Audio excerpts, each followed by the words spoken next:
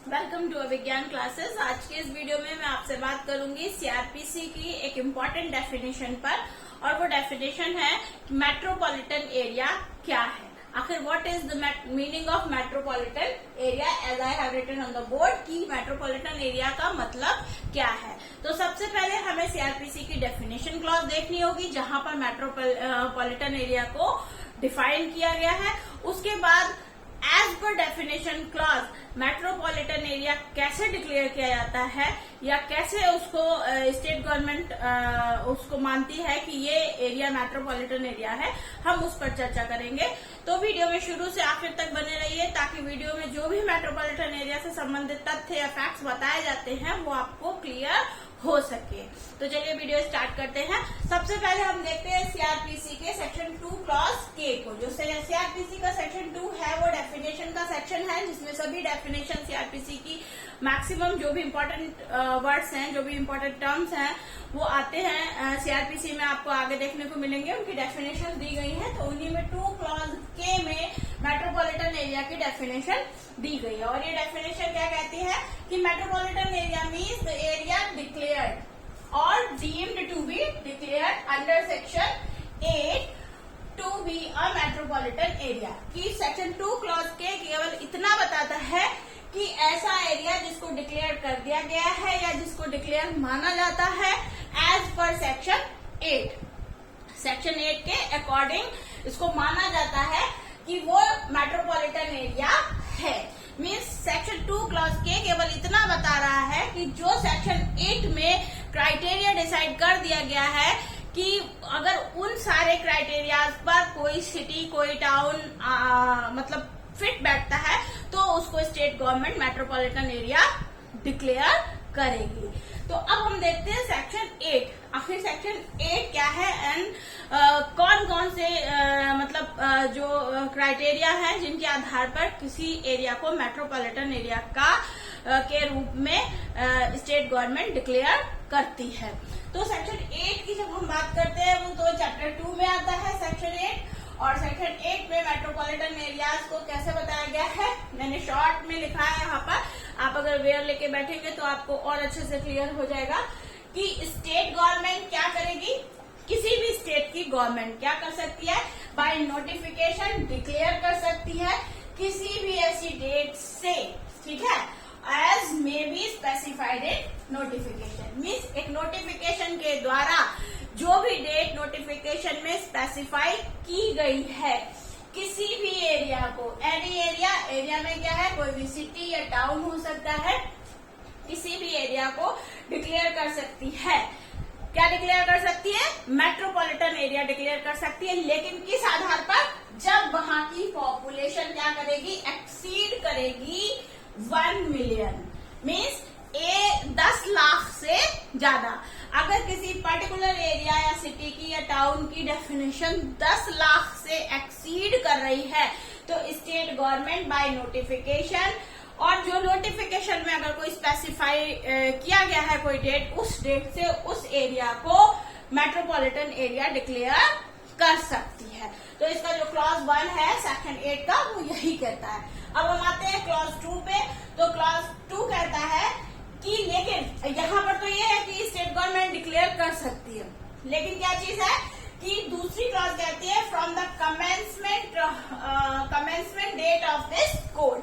Means जिस date को ये कोड कमेंस हुआ, ठीक है, क्योंकि कोड ये आपका अभी तो आपका 73 वाला चल रहा है, लेकिन उससे पहले भी सीआरपीसी था, ठीक है, तो वो before the independence of India था। तो इन दैट अकॉर्डिंगली कहा गया है कि जिस डेट पर ये कोड कमेंस हुआ, उस डेट से ईच प्रेसिडेंसी टाउन, मीन्स जो भी in British India presidency town हुआ करते थे, तो उन टाउन्स में क्या है, बॉम्बे, कोलकाता, मद्रास और क्या है, and the city of Ahmedabad, ठीक है, अहमदाबाद सिटी, ये जो है shall be under sub section 1 metropolitan area. Means state government, ये तो एक जनरल नोटिफिकेशन है जो क्लॉज 1 कह रही है सेक्शन 8 का, कि ये जनरल बात है कि हाँ स्टेट गवर्नमेंट किसी भी नोटिफिकेशन के द्वारा और नोटिफिकेशन में जो भी डेट स्पेसिफाई की गई है उसके द्वारा किसी भी एरिया को जिसकी पॉपुलेशन 10 लाख से ज्यादा है उसको मेट्रोपॉलिटन एरिया डिक्लेयर कर सकती है। लेकिन क्लॉज 2 कह रही है कि जिस दिन ये कोड कमेंस हुआ तब से जो भी प्रेसिडेंसी टाउन उस समय एग्जिस्ट कर रहे थे तो उनमें बॉम्बे, कलकत्ता और मद्रास, इसके साथ साथ सिटी ऑफ अहमदाबाद को क्या किया गया, एज पर सब सेक्शन 1 इनको शुरू से ही माना गया कि ये एरियाज मेट्रोपॉलिटन एरियाज हैं।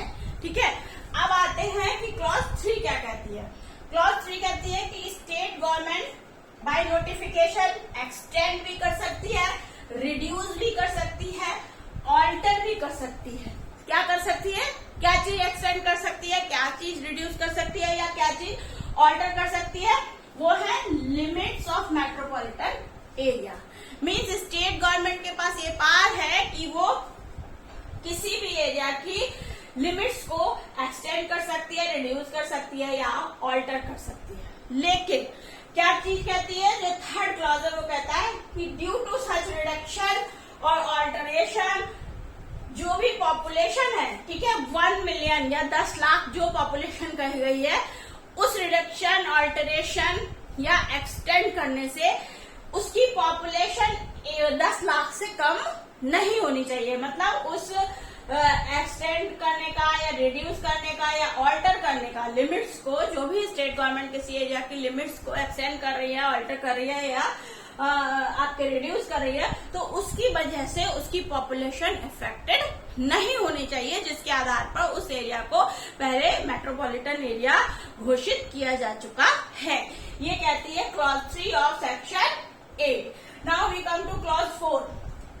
अब क्लॉज 4 क्या कहती है कि अगर क्या हुआ कि कोई रिडक्शन हुआ पॉपुलेशन में, ठीक है, पहले किसी स्पेसिफिक एरिया की पॉपुलेशन 10 लाख थी या more than 10 lakh, more than 1 million थी, तब उसको क्या कहा गया था कि मेट्रोपॉलिटन एरिया कहा गया। लेकिन ड्यू टू सम रीजन अगर वो जो है पॉपुलेशन रिड्यूस हो गई, और ऐसे में क्या है, क्योंकि हर एरिया के हिसाब से ही, मतलब जो भी पॉपुलेशन है उसके हिसाब से ज्यूरिसडिक्शन होता है कोर्ट का, तो उसमें क्या है कि पॉपुलेशन रिड्यूस हो गई लेकिन कोर्ट के पास ज्यूरिसडिक्शन मेट्रोपॉलिटन एरिया का था। ठीक है, अब उसमें क्या है कि उसके पास वैसे ही केसेस चल रहे थे एज पर मेट्रोपॉलिटन एरिया, तो उस समय क्या होगा कि अगर रिड्यूस भी हो गई है पॉपुलेशन, तो क्या होगा, स्टेट गवर्नमेंट नोटिफिकेशन के द्वारा क्या करेगी,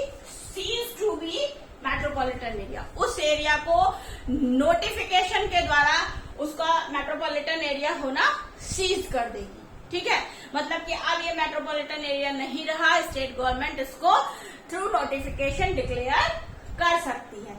लेकिन अगर ऐसे में कोई केस चल रहा है, ऑलरेडी कोई इंक्वायरी चल रही है, ठीक है, कोई इंक्वायरी है, कोई ट्रायल है या कोई अपील है, पेंडिंग है, ठीक है, तो उसका असर इस सीजर पर नहीं पड़ेगा कि इसका जो मेट्रोपॉलिटन एरिया से ये रिड्यूस हो गया, इसकी जो मेट्रोपॉलिटन एरिया इसको बोला जा रहा था वो अब नहीं रहा, तो इसका असर इस बात पर नहीं होगा, उस इंक्वायरी, उस ट्रायल या उस अपील पर नहीं होगा, वो एज इट इज चलती रहेगी। अब आते हैं इसकी क्लॉज 5 पर। क्लॉज 5 क्या कहती है, वही चीज कह रही है कि no effect on inquiry, trial, appeal as if such reduction और alteration had not taken place. Means वो इंक्वायरी, वो ट्रायल या वो अपील एज इट इज चलते रहेंगे, जैसे किसी भी तरह का कोई रिडक्शन या ऑल्टरेशन नहीं हुआ है। तो ये है आपका टोटल सेक्शन 8 की मेट्रोपॉलिटन एरिया किन किन आधारों पर डिसाइड किया जाता है। इसके साथ ही इसमें एक एक्सप्लेनेशन भी है कि पॉपुलेशन कैसे डिसाइड होगी। तो जो भी आपकी लास्ट जो भी आपका पॉपुलेशन जिसे कहते हैं ना जनसंख्या कोई गणना होती है, जो पॉपुलेशन काउंट की गई होगी, अकॉर्डिंगली उसके हिसाब से जो भी सेंसस ईयर होगा उसके हिसाब से पॉपुलेशन वो लास्ट वाला माना जाता है पॉपुलेशन। तो आज के वीडियो में इतना ही। अगर वीडियो पसंद आया तो वीडियो को लाइक कीजिए, चैनल को सब्सक्राइब कीजिए और ज्यादा से ज्यादा लोगों तक शेयर कीजिए। Thank you.